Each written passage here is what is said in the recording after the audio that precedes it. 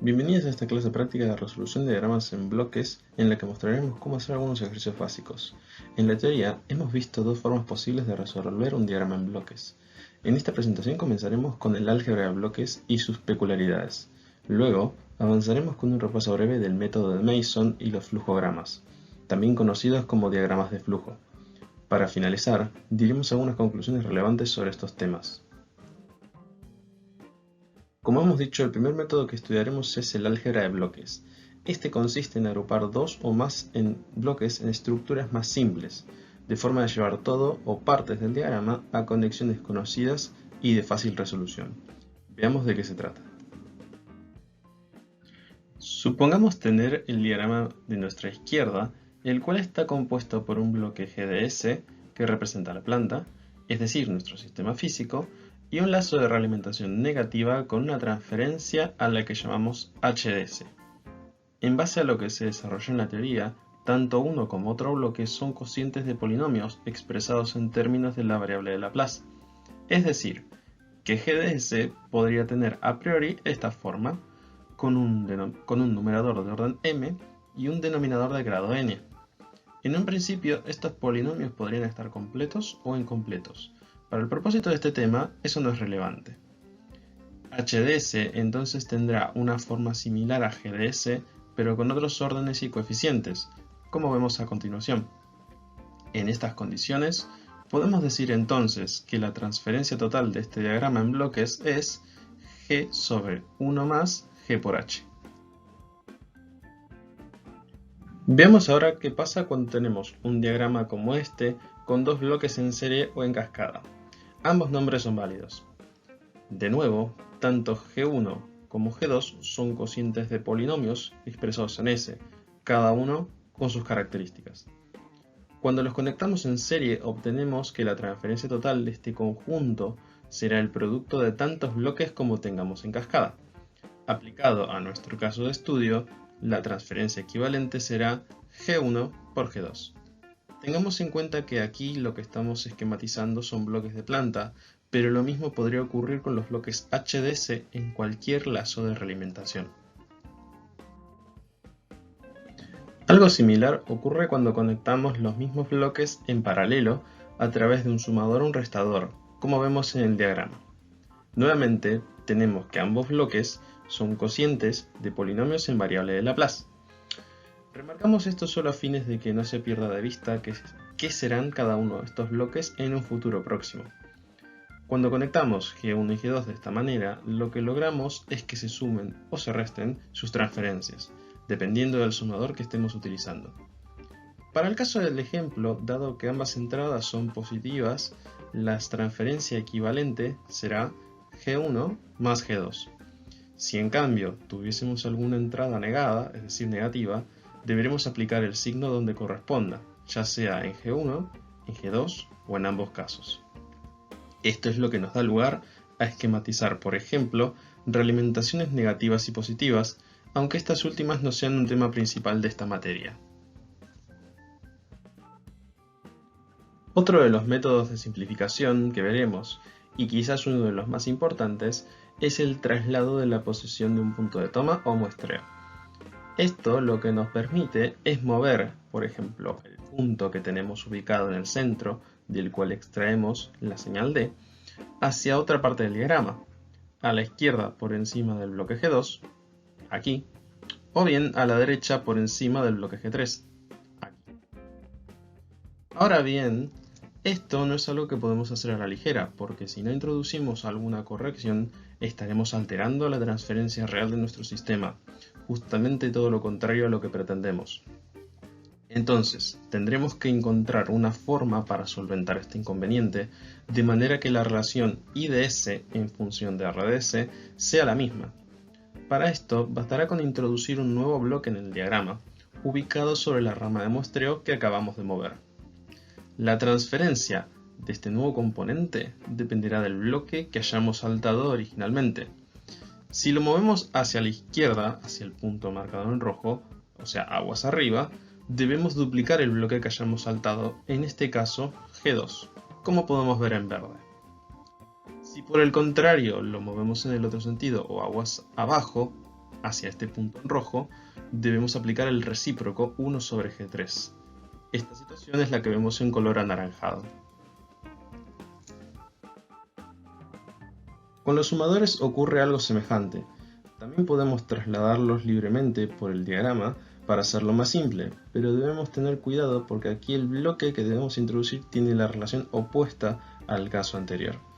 Así, si seguimos el camino en verde, deberemos dividir por G2, y si por el contrario optamos por el naranja, multiplicamos por G3. Las reglas que acabamos de ver en esta diapositiva y en la anterior solo rigen para saltos de bloque. Debemos tener mucho cuidado cuando intentemos mover un sumador por encima de un punto de toma o viceversa, ya que, aunque esto es posible, la equivalencia es tan compleja que nos apartamos de nuestro objetivo principal de simplificar el diagrama y se torna todo mucho más engorroso. Debemos tratar de evitar esta situación siempre que sea posible y buscar alguna otra alternativa de resolución. Ya tenemos todo lo que necesitamos para poder aplicar el método de álgebra de bloques. Entonces, pongamos manos a la obra y veamos cómo aplicar todo lo aprendido en algunos ejercicios. Vamos a comenzar con el ejercicio 1A del trabajo práctico número 1, el cual nos pide calcular la transferencia de este diagrama que vemos en pantalla, compuesto por dos bloques G1 y G2 y un lazo de realimentación conformado por HDS. Aquí lo primero que debemos hacer es tratar de reconocer elementos conocidos, es decir, tratar de aplicar alguna de las reglas que acabamos de ver. Esto puede implicar mover puntos de toma, sumadores o resolver algún conjunto de bloques que conozcamos por simple inspección o agrupándolos. En este caso, podemos visualizar que los bloques G1 y G2 están comunicados entre sí por medio de un sumador, dando lugar a una conexión en paralelo. La resolución de este conjunto daría lugar a un bloque equivalente al que llamaremos G3, cuya transferencia será el resultado del paralelo. Una vez que hayamos calculado G3, dicho bloque pasará a formar parte de la cadena directa del sistema, quedando realimentado por HDS. Entonces, podemos identificar un segundo conjunto en nuestro diagrama que equivale a la transferencia total, que es lo que vemos aquí graficado en verde. Una vez que resolvemos el bloque G3, podemos calcular TDS y obtener así la transferencia total del sistema. El diagrama equivalente que resulta de resolver G3 sería como este. De acuerdo a lo analizado anteriormente, si resolvemos el paralelo tendremos entonces un bloque equivalente cuya transferencia será G1 más G2. Y como G3 queda ubicado en la cadena directa del lazo de realimentación, finalmente podremos decir que la transferencia TDS será G3 sobre 1 más G3 por H. Reemplazando, obtenemos entonces que la transferencia es G1 más G2 sobre 1 más G1 más G2 por H. Y ya está, hemos terminado nuestro primer ejercicio. ¿Hacemos uno más? Este que vemos aquí es un ejercicio extra que no está en el trabajo práctico. Es una modificación del anterior en el que podemos ver que ya tenemos un bloque G3. ¿Podremos resolverlo? Intentaremos aplicar el mismo método que antes. Nuevamente identificamos que G1 y G2 están en paralelo, quedándonos así un equivalente al que llamaremos G4. De nuevo, este queda en la cadena directa del lazo, pero ahora también está en cascada con G3. Podríamos entonces resolver este conjunto en serie, obteniendo así un G5, y estaríamos en iguales condiciones que el ejercicio anterior. Sin embargo, por simple inspección, podemos calcular en forma directa la transferencia TDS. Aquí vemos cómo quedaría el diagrama si reemplazamos por el equivalente G4. Aplicamos álgebra de bloques y entonces podemos decir que G4 es igual a G1 más G2 y queda en cascada con G3. Como ambos bloques quedan ubicados en la cadena directa de realimentación, podemos decir entonces que la transferencia TDS es igual a G3 por G4 todo sobre 1 más G3 G4H. Y si reemplazamos G4 por su equivalente, obtenemos la expresión siguiente. Ya hemos estudiado el álgebra de bloques y ahora es el turno del método de los flujogramas o de Mason. Este apartado será un poco más estrictamente matemático, pero no hay de qué preocuparse, porque haremos un ejercicio para aplicar los conceptos. La fórmula de Mason es por definición la ecuación que vemos en pantalla, que consta de una sumatoria de n cosas y nos permite obtener una transferencia a partir de un diagrama de flujo. En esta expresión llamamos I al índice que identifica una trayectoria directa desde la entrada in hasta la salida out. Decimos también que A sub I es la ganancia de la trayectoria directa I en cuestión, mientras que n es la cantidad total de trayectorias que podemos encontrar en el diagrama. El denominador de la ecuación es algo que conocemos como determinante general y queda determinado, valga la redundancia, por esta expresión, la cual se lee 1 menos la sumatoria de lazos de realimentación tomados de A1 más la sumatoria de los productos de los lazos de realimentación excluyentes entre sí tomados de A2 menos la sumatoria de los productos de los lazos de realimentación tomados de A3 que sean excluyentes o que no se toquen más los tomados de A4 menos los tomados de A5, etcétera, etcétera, etcétera, y así por el confín de los tiempos. En cuanto a los delta sub i, se los conoce como determinantes particulares y se calculan por cada una de las trayectorias directas que encontremos en el diagrama de flujo. Su expresión deriva de la del determinante general, por lo cual es muy parecida.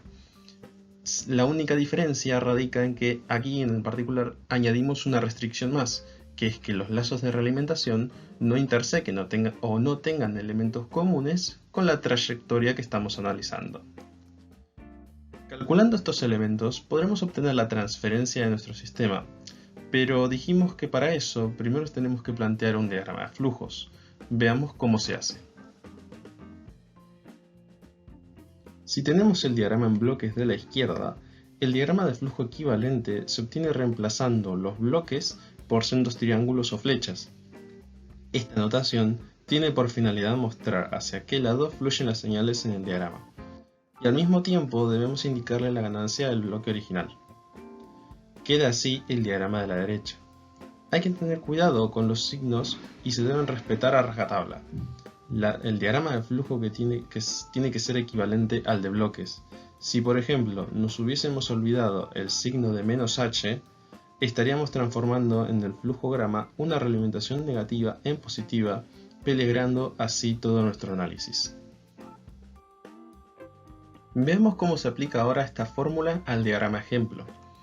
Podemos apreciar que aquí tenemos una trayectoria directa A sub 1 que empieza en R de S y termina en I de S, llámense entrada y salida respectivamente. Las trayectorias no tienen que ser redundantes y se deben reducir a su mínima expresión, es decir, deben ser lo más directas posibles pasando una única vez por cada punto. Podemos ver que tenemos también un lazo de realimentación L1 tal y como se muestra en el diagrama. Recordemos que los lazos son trayectorias que se cierran sobre sí mismas y pasan una única vez por cada punto. En cuanto al determinante general, como en este caso solo tenemos un lazo de realimentación, su expresión quedará limitada únicamente al segundo término, quedando así 1 menos L1. Tan solo nos falta calcular el determinante particular de la trayectoria A sub 1, pero pensemos un momento. Tenemos un único lazo que comparte dos bloques con A sub 1. Quiere decir que no existe ningún lazo que no toque A sub 1, por lo tanto, este determinante particular vale 1. Veamos de aplicar estos conceptos a un ejercicio para entenderlos más fácilmente y seguir cada detalle. Volvemos una vez más al ejercicio 1A. Ahora ya sabemos cuánto vale la transferencia. Si aplicamos la fórmula de Mason, el resultado debería ser exactamente el mismo, o al menos el equivalente al que obtuvimos por álgebra de bloques. Lo primero que debemos hacer, recordemos, es plantear el diagrama de flujo. Para eso reemplazamos cada bloque por una flecha con una dirección puntual, una ganancia dada y el signo correspondiente. Pero cuidado, también tenemos que tener una consideración especial que no mencionamos antes para no complejizar el asunto del repaso. Tener un sumador seguido de un punto de toma puede ser una situación peligrosa al aplicar Mason, porque si no tomamos recaudos podemos graficar un diagrama de flujos ambiguo que admite más de una interpretación posible y puede hacernos cometer errores. En este ejercicio, las situaciones de peligro están exactamente aquí y la otra aquí. Para evitar meter la pata desde un comienzo, alcanza con forzar la inserción de una flecha de ganancia unitaria entre el sumador y el punto de toma, como veremos en la siguiente diapositiva. Esto lo vemos aquí en el diagrama de flujos resultante. La incorporación de los bloques de ganancia 1 no altera la transferencia total y nos permite visualizar fácilmente cómo fluyen las señales en el sistema. Aquí tenemos nuestro diagrama de flujos para empezar a trabajar. Marquemos ahora cuáles son las trayectorias directas que podamos encontrar. ¿Cuáles pueden ser? Bien, si miramos en detalle, podemos ver que hay una que quizás es la más notoria, porque es una línea recta, a la que vamos a llamar A sub 1, y su recorrido ese es el que se grafica en naranja. Su ganancia será 1 por G1 por 1. En verdad no es necesario indicar los 1, pero da una idea visual del recorrido completo en el diagrama. Queda a su libre elección escribirlos en la expresión o no, es lo mismo. A su vez, como G1 y G2 están en paralelo, podemos plantear una segunda trayectoria a la que vamos a llamar A2 y se grafica en rojo. La ganancia de este recorrido será 1 por G2 por 1. Y bien, ya no nos queda ninguna trayectoria más, puesto que no hay ningún camino posible que nos lleve desde RDS hasta IDS en forma directa. Veamos ahora qué pasa con los lazos de realimentación. ¿Cuántos podríamos tener? Pensemos. En principio, podemos plantear un lazo L1, este de aquí. Su ganancia será 1 por G1 por 1 por menos H, ojo, porque no debemos olvidarnos de su signo, ya que la realimentación original era negativa. El paralelo G1 y G2, que antes generó dos trayectorias, ahora aquí también produce un segundo lazo al que llamaremos L2 y mostramos en color azul en el diagrama. Y aquí su ganancia será 1 por G2 por 1 por menos H, por favor no olvidar el signo. Y hasta aquí ya no tenemos más trayectorias ni lazos que analizar, y casi tenemos todos los elementos necesarios para aplicar la fórmula de Mason. Tan solo nos falta conocer los determinantes y empezaremos por el general. Recordemos cómo era su expresión. Era 1 menos la sumatoria de los lazos de realimentación tomados de A1 más la sumatoria de los productos de los lazos de realimentación tomados de A2, que no sean excluyentes entre sí, menos la sumatoria de los productos de lazos de realimentación tomados de A3, que sean excluyentes entre sí, más los tomados de A4 menos los tomados de A5 menos los tomados de A2, y así, etcétera, etcétera, etcétera. Bien. Ahora bien, esta expresión no es infinita, es finita, y pensemos un poco, como solamente tenemos dos lazos, sería imposible tomarlos de a 3, entonces la expresión se limita únicamente al tercer término. Reemplazando, obtenemos entonces que el determinante general nos queda de esta forma, siendo igual a 1 más h por G1 más G2. Los determinantes particulares se desprenden de la fórmula general, sumando una restricción, que es que sea excluyente con su trayectoria en cuestión. Así, los lazos de delta 1 no deberán tocar A sub 1, ni los de delta 2 tocar A sub 2. Como todas las trayectorias y lazos en el diagrama tienen elementos comunes, se concluye que ambos determinantes particulares valen 1. Ya tenemos todo lo que necesitamos para aplicar la ecuación de Mason, que repasamos a continuación.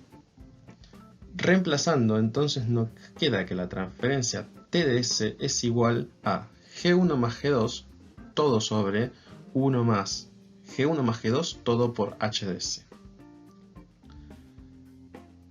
Pueden verificar ustedes mismos que esta transferencia es la misma que obtuvimos con álgebra de bloques. Esto verifica que ambos métodos dan el mismo resultado. Sin embargo, podría haber ocurrido que no sean exactamente iguales uno y el otro, sino que varían por algún factor común o algún cálculo similar. De todas formas, si en ese caso reordenamos un poco las cosas, ambas expresiones terminarían siendo la misma. Hemos terminado con ambos métodos y ya vimos cómo aplicarlos en diagramas en bloques en forma práctica.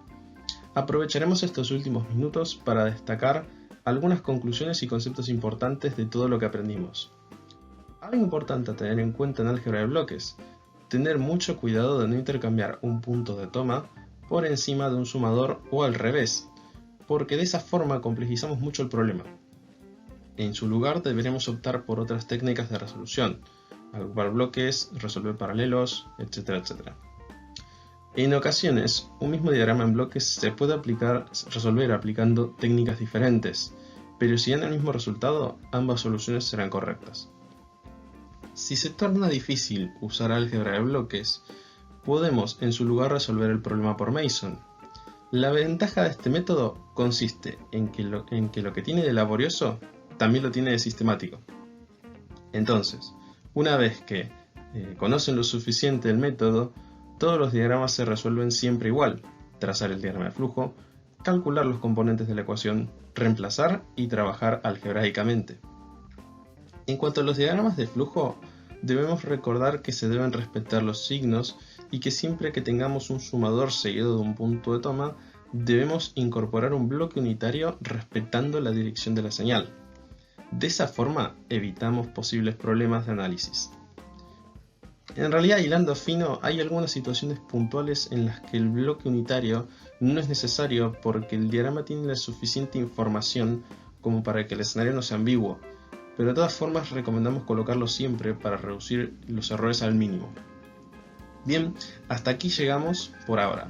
Ahora es el momento de demostrar todo lo que hemos aprendido. A practicar y nos vemos en el próximo encuentro.